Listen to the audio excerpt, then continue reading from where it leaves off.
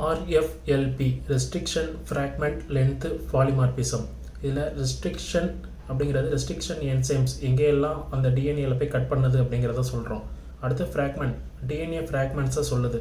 அடுத்து length polymorphism இதை வந்து எதை சொல்லுதுன்னா டிஃப்ரெண்ட் பீப்புள்ஸ்ட டிஃப்ரெண்ட் சைஸில் டிஎன்ஏ கட் ஆகும். அதுதான் லென்த் பாலிமார்பிசம். ஃபஸ்ட்டு RFLPயோட ஃபுல் மீனிங் பார்த்தீங்கன்னா டிஃப்ரெண்ட் பீப்புள்ஸ்ட டிஃப்ரெண்ட் பிளேசஸில் டிஃப்ரெண்ட் சைஸஸில் அந்த ஃப்ராக்மெண்ட்ஸ் கட் ஆகி வரும். அதான் RFLP. ஃபார் எக்ஸாம்பிள் இதை வந்து வேறு எதுக்கு யூஸ் பண்ணுறாங்க அப்படின்னா இப்போது எக்ஸாம்பிள் சிக்கிள் செல் டிசீஸ் இதில் வந்து பீட்டா ஜீன் மியூட்டேஷன் இருக்கும். இதில் 3 ரெஸ்ட்ரிக்ஷன் சைட்ஸ் இருக்குது. இப்போ நம்ம செக் பண்ணுறப்போ first side, second side and third side. இப்போது நார்மலாக ஜீன் எப்படி கட் ஆகும்னா ஃபஸ்ட்டு, செகண்டு, தேர்டு.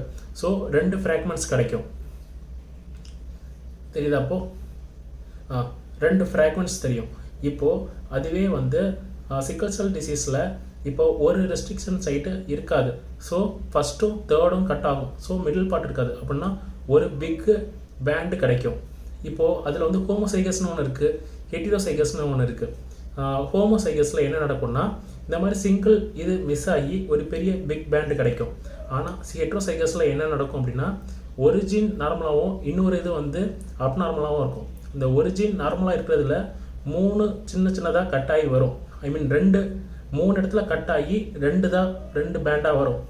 ஆனால் அந்த அப்நார்மல் இருக்கிற இடத்துல எதையுமே கட் ஆகாது.